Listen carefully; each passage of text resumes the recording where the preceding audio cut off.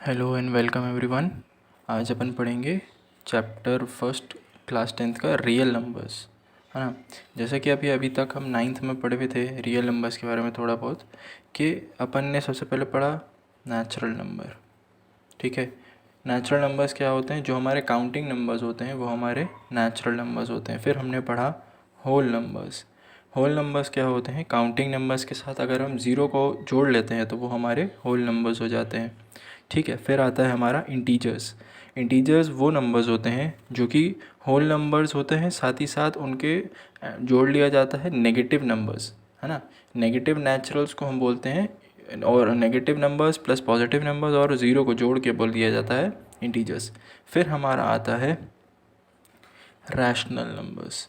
Rational numbers वो numbers होते हैं जिसको हम p अपॉन क्यू के फॉर्म में लिख सकते हैं, बट हमारा q की वैल्यू क्या होना चाहिए?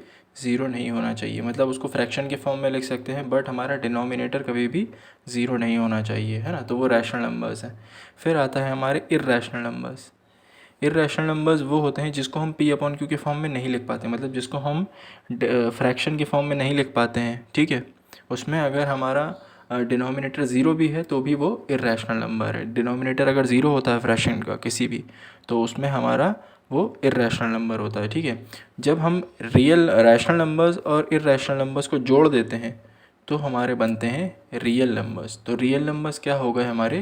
Real number is the collaboration of rational numbers and irrational numbers. मतलब रैशनल नंबर्स और इर्रेशनल नंबर्स को इकट्ठा कर दिया जाए, एक बॉक्स में रख दिया जाए, तो वो हो जाते हैं हमारे रियल नंबर्स। ठीक है, तो यहाँ ये हमारा बेसिक हो गया। ठीक है, फिर अभी आपको पढ़ना है, जैसे आपने बचपन में पढ़ा होगा, एक डिवाइज़र एल्गोरिथम, है ना। तो इसमें क्या होता है, जैसे अगर मान लीजिए कोई दो चीज़ को डिवाइड कर रहे हैं हम, है ना। जैसे 8 यहाँ पे है, यहाँ पे 2 है, तो 2 4 ज़ा 8 माइनस किया हमने तो यह है 0। इस नंबर को हम बोलते हैं डिविडेंड।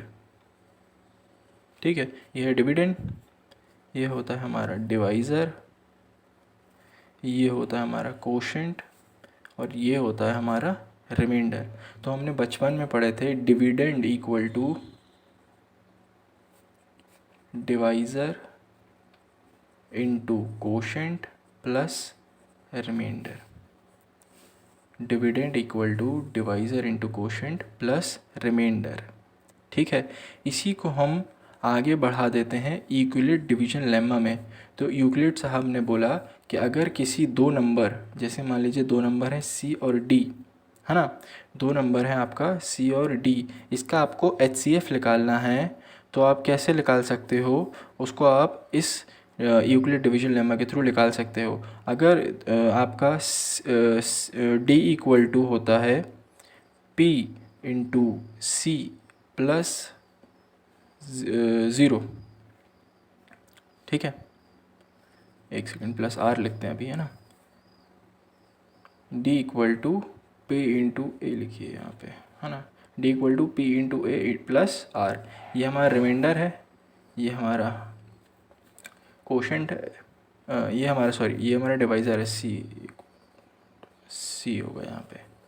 ये हमारा डिवाइज़र है, ये हमारा कोशेंट है। ठीक है, D equal to C into quotient plus are.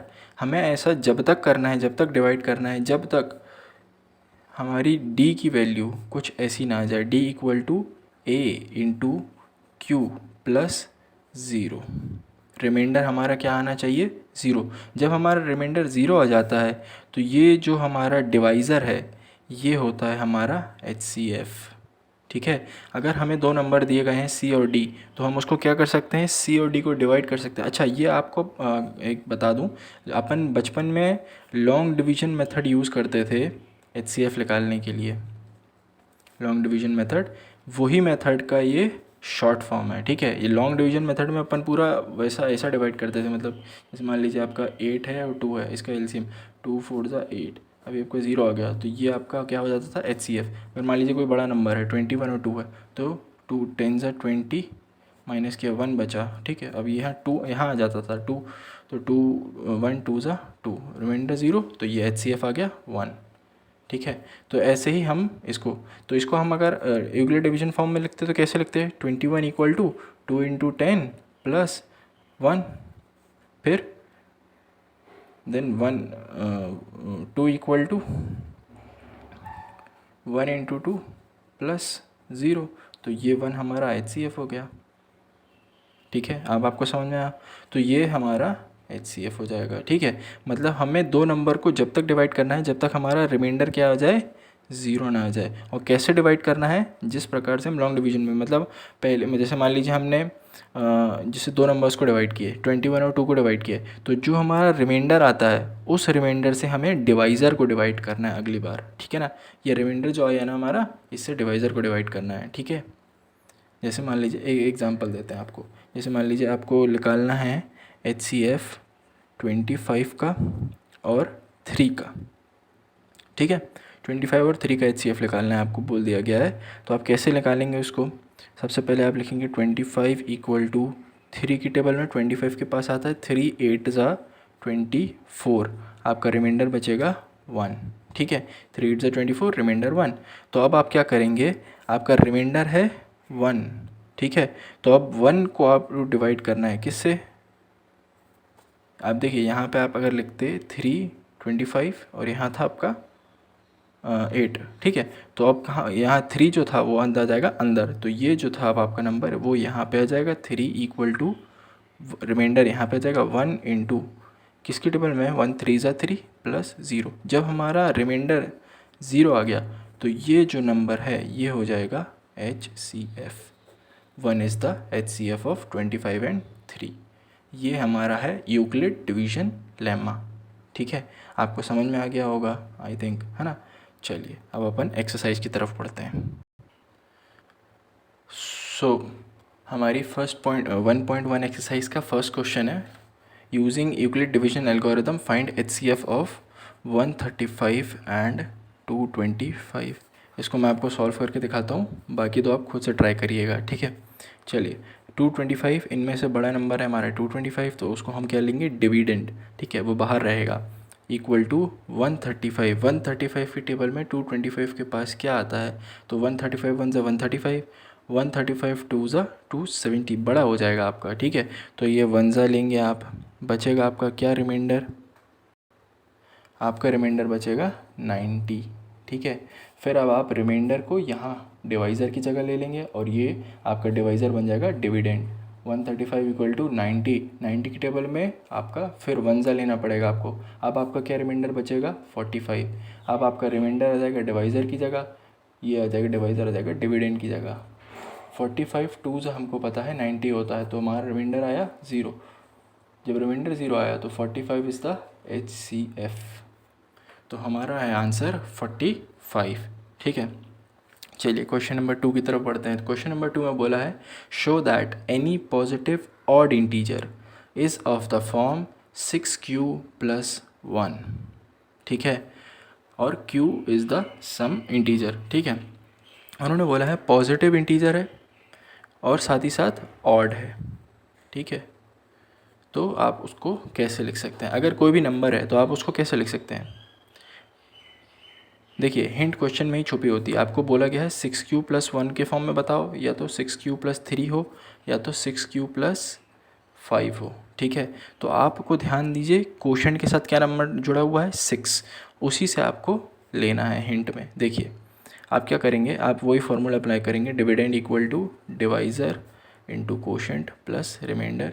तो डिविडेंड आपको नंबर आपको पता है, any positive odd integer, any number लेना है, एनी पॉजिटिव ऑड इंटीजर किस फॉर्म में आप लिख सकते हो, डिवाइज़र आप ले लीजिए 6 की टेबल में आप लिखेंगे तो आपका क्वोशंट तो कुछ भी हो सकता है, 6 इंटू क्यू, क्वोशंट कुछ भी ले सकते हैं आप। रिमाइंडर आपका क्या होगा, रिमाइंडर कभी भी आप याद रखिए डिवाइज़र से बड़ा नहीं हो सकता। ठीक है ना, तो रिमाइंडर जो होगा वो आपका रिमाइंडर किसके बीच में आएगा, आपका 0 से लेकर के 6 के बीच में आएगा। ठीक है, तो हमारे क्या पॉसिबिलिटीज़ हो सकती हैं, पॉजिटिव ऑड इंटीजर को किस फॉर्म में लिख सकते हैं आप, 6q प्लस रिमाइंडर या तो 0 होगा प्लस 0, या तो आप लिख सकते हो 6q प्लस 0, 6 के बीच में 6q plus 1, 6q plus 2, 6q plus 3, 6q plus 4, 6q plus 5 and 6q plus 6। ठीक है, अब आप ध्यान से देखिए इसमें, अगर आप ऐसा कॉमन देखिए 6q प्लस 0, अच्छा 6 क्यू + 6 होगा तो वो क्या बन जाएगा वापस, वो वापस क्या बन जाएगा आपका 6 क्यू + 6 नहीं हो सकता। क्यों नहीं हो सकता, 6 क्यू + 6 बनेगा, आपको 6 कॉमन ले लीजिए, बाहर ले लीजिए उसको, क्या बन जाएगा आपका 6 का बन जाएगा 6 अगर कॉमन ले लेंगे तो आपका बन जाएगा Q+1। ठीक है, 6 बाहर हो गया, वो आपका क्या बन जाएगा, एक अगला नंबर ले लेंगे ना आप, टेबल में नेक्स्ट रहेगा। जैसे आप देखिए समझिए, ये था आपका, अगर मान लीजिए नंबर 2 है और यहाँ 4 है, ठीक है, नहीं 5 है मान लीजिए, ठीक है, तो 2 2 होता है आपका 4। पर अगर ऐसा नंबर होता ये 6 होता तो 2 2 4 नहीं लेते आप क्या ले लेते, ये देखिए रिमाइंडर और क्वोशंट बराबर हो रहा है ना, रिमाइंडर और डिवाइजर बराबर हो रहा है, तो जब बराबर होता है तो अपन क्या ले लेते हैं, अगला नंबर ले लेते हैं क्वोशंट में, तो 2 3 6। ठीक है, तो वो नंबर ये बन जाता। ठीक है, चलिए, तो 6 क्यू + 5 तक जाएगा। तो ये पॉसिबिलिटीज़ हैं हमारे पास 6। अब इनमें से ऑड नंबर की पॉसिबिलिटीज़ क्या है, तो 6 क्यू, देखिए आप ये ऑड है क्या, इसमें कॉमन क्या निकल रहा है आपका 2, तो 2 तो इवन है मतलब ये क्या है, इवन नंबर। ठीक है, 6 क्यू + 1, इसमें से कुछ कॉमन निकल रहा है क्या, कुछ भी नहीं, मतलब ये क्या है आपका ऑड नंबर है, एक पॉसिबिलिटी करेक्ट हुई। 6 क्यू + 2 देखिए आप, इसमें से क्या कॉमन निकल रहा है आपका, 2 कॉमन निकल रहा है, आपका बच जाएगा 3 क्यू + 1। 3 क्यू + 1 बचेगा, वो एक नंबर है, तो मतलब ये 2 के टेबल में आता है, मतलब ये क्या है, इवन। ठीक है, ये भी गलत है, ये भी गलत पॉसिबिलिटी, मतलब है ना, ये पॉसिबिलिटी ऑड की नहीं है, इवन की है। फिर आता है आपका 6 क्यू + 3, इसमें देखिए आपका कुछ कॉमन निकल रहा है, हाँ 3 कॉमन निकल रहा है। 3 अगर आप कॉमन लेते हैं बचेगा आपका 2 क्यू + 1। अब आपका 3 कॉमन है, 3 ऑड नंबर है, 2 नहीं है ऑड, है ना, 3 ऑड नंबर है, तो ये आपका क्या हो जाएगा, ऑड। ठीक है ना, इवन में क्या होना चाहिए, इवन में 2 की टेबल में आना चाहिए, तब तो वो इवन होगा, वरना ये ऑड है। नेक्स्ट पॉसिबिलिटी आपकी 6 क्यू + 4। 6 क्यू + 4 में कॉमन क्या है, 2 कॉमन है, तो आपका बच जाएगा 3 क्यू + 2, तो ये है आपका इवन। फिर आता है आपका 6 क्यू + 5, इसमें कुछ भी कॉमन नहीं है, तो ये है ऑड। तो आपके ऑड क्या है, या तो 6 क्यू + 1, या तो 6 क्यू + 3, या तो 6 क्यू + 5, जो हमको क्वेश्चन में पूछा था। तो हैंस प्रूव्ड। समझ में आया आपको, ठीक है। चलिए अब आगे बढ़ते हैं। क्वेश्चन नंबर 3 सेम है, आपको 616 और 32 का HCF निकालना है। ठीक है, इसमें बोला है an army contingent consist of 616 members, है ना, an army band is of 32 members in a parade, 2 groups are to march in the same number of columns, what is maximum number of columns in which they can march, है ना, मतलब आपको इन दोनों का HCF निकालना पड़ेगा, तो आपको नंबर ऑफ कॉलम्स मिल जाएगा। ठीक है, नेक्स्ट आपको बोला है use Euclid division lemma to show that square of any positive integer, positive integer का अगर आप स्क्वायर करते हैं तो आपको आना चाहिए किस फॉर्म में, 3m + 1 के फॉर्म में। ठीक है ना, चलिए अब आपको देखते हैं, इसको सॉल्व करके दिखाते हैं हम आपको। जैसा कि मैंने आपको बताया था हर क्वेश्चन में उसका सॉल्यूशन छुपा होता है, तो हमको बोला गया है 3m या फिर 3m + 1 में बताना है। तो आप अगर नंबर को किस फॉर्म में ले सकते हैं, आप डिवाइज़र लेंगे आप 3, तो आपका एनी नंबर किस फॉर्म में होगा, एनी नंबर होगा आपका 3m + r।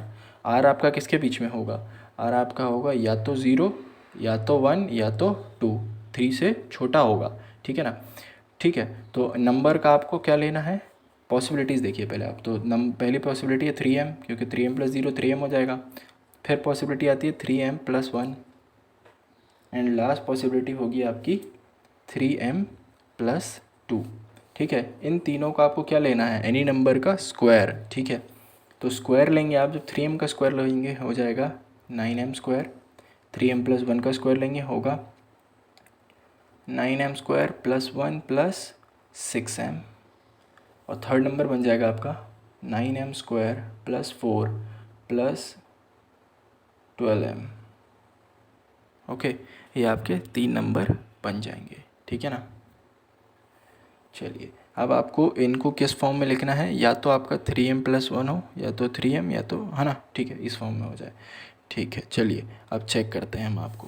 पहला पॉसिबिलिटी 9m², ठीक है ना, इसको आप कैसे 3m के फॉर्म में लिख सकते हैं, देखिए आप इसमें क्या लिख रहा है, कॉमन देखिए क्या है आपका, हो सकता है ये 3 कॉमन ले लीजिए अगर आप इसमें से, तो ये हो जाएगा 3m²।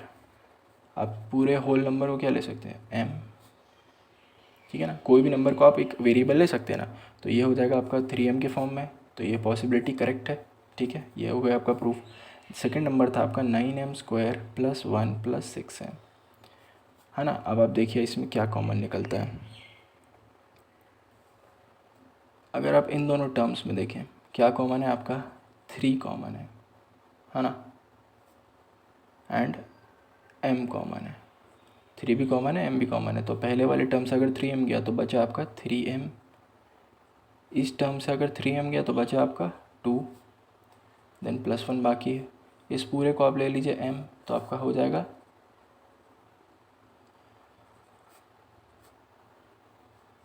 तो आपका हो जाएगा 3m + 1। ये भी ठीक है, क्योंकि ये भी पॉसिबिलिटी है, अपन को 3m + 1 या तो 3m के फॉर्म में लिखना है।